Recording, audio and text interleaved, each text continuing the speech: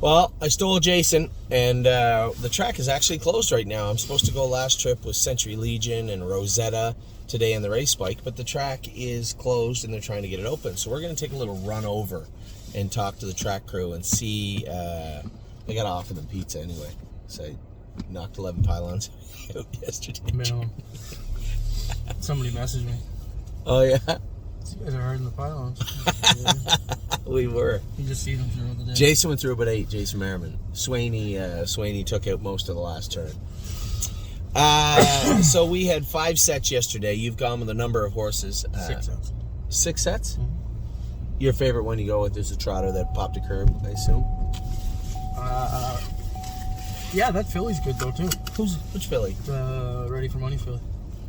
Oh, right. Yeah, I was just telling them about her, Judy's Money. Mm-hmm. Yeah, she looks good doing the track. But, it's funny you guys don't get to see the progression. When we first started changing her shoes and going with her, she was rude. Didn't want to do her work, acted up. But now that she's got a little taste of competition, you can see her change. Her demeanor is different on the track. She just looks way, way better on the track. You went with Jolene Hall in the first. How was Jolene Hall? I like her. I think she has like ADD or something. Mm-hmm. She's doesn't pay attention. Well, that's the way it is, right? And that's the thing, is that every horse grows in different ways. You remember what's a good little gorgeous package last year trying to get her going? She was every bit as bad or worse. Every horse's level of stubbornness is different, and it is not in any way connected to talent. Gorgeous Package is what at the end of the year was probably one of the most push-button horses we had in the barn, the entire barn. And she was, Amy told me midway through the year she didn't want to go with her anymore. Yeah, Daryl didn't want to go with her.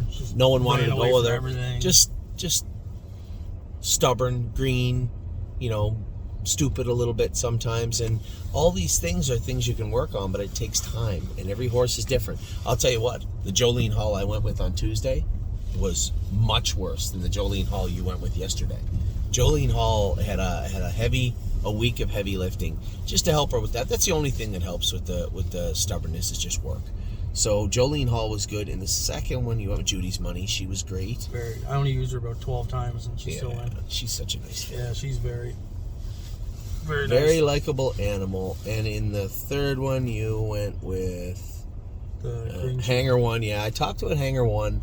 He's just a horse that's just going to take a little bit of time with this guy. That was the first time I sat behind him, and you said he didn't like them tight, and they were tight. Yeah, he doesn't like. I think what we need to do. They were maybe too tight. I don't know. I need to get the trotting shoes off him. I need to shoe him more like a racehorse. Is what I need to do. Got to take the weight off, and we'll put a full swedge or even an aluminum shoe on him up front until he really gets his feet underneath him training. And I think at that point he'll be fine. You went with Steady Volo. You said. Yesterday was the first day he's running. I think I was the only trotter in the set. You were for the last 3 weeks. I think he might have still been. Well, he was going to be right there. We just got jammed up a little bit, and he was in tight, and I couldn't let him kind of drift in. We were right on top of the pylon. It's hard to believe. Yep. And I lost him in the turn, but he popped that curb right hind. I really like him. Yeah, he's a nice horse. And then Capistrano Nights. How was Cappy? You went with her mother, and you continue to tell me this. She almost kicked you. She almost kicked me in the race bike. Capistrano did when we hooked her on that year. We had everybody in the race bike on open house day at Tamiko Training Center, and Jason went on the track and said that the filly.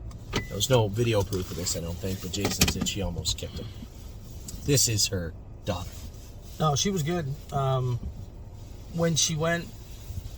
Ryan Deaton was out like 4 wide, starting his mile, and when I came back around you, and she got in between the horses, she tried to go like 0 to 60, and that's when she put a little step in. Yeah, but then she was perfect the rest of the way. She's very, very timid filly, very, very timid filly, and is getting better.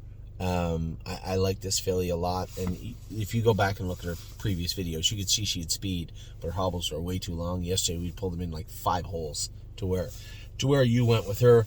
And then in the last set, you went with Uncle Danny. Uncle Danny, this is the thing. Jason and I have had a ton of good luck with Uncle Peters, and a lot of people haven't. And I really think it's just their attitude. It's not their work ethic. They'll work, but their attitude and how frustrating they can be. It's almost like once they know something that annoys you, they constantly just kind of turn just twist it and twist it and twist it. So you have to twist back. And the only way, I think all the Uncle Peters we've had good luck with, they all did more work than the horses they were training with. It's just the level of work needs to be a tiny bit heightened for the Uncle Peters. And they stand up. They will stand up to it. And I like him a lot. I won a set with him a few weeks ago. I don't know if he videoed or not, before he got castrated.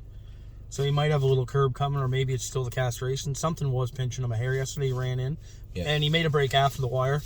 Yeah. But he trotted right through the wire, and I ducked him in the passing lane, and he shot right on through. He's a very good-looking horse. No hobbles, no nothing. He can trot fast. I really, really like Uncle Danny.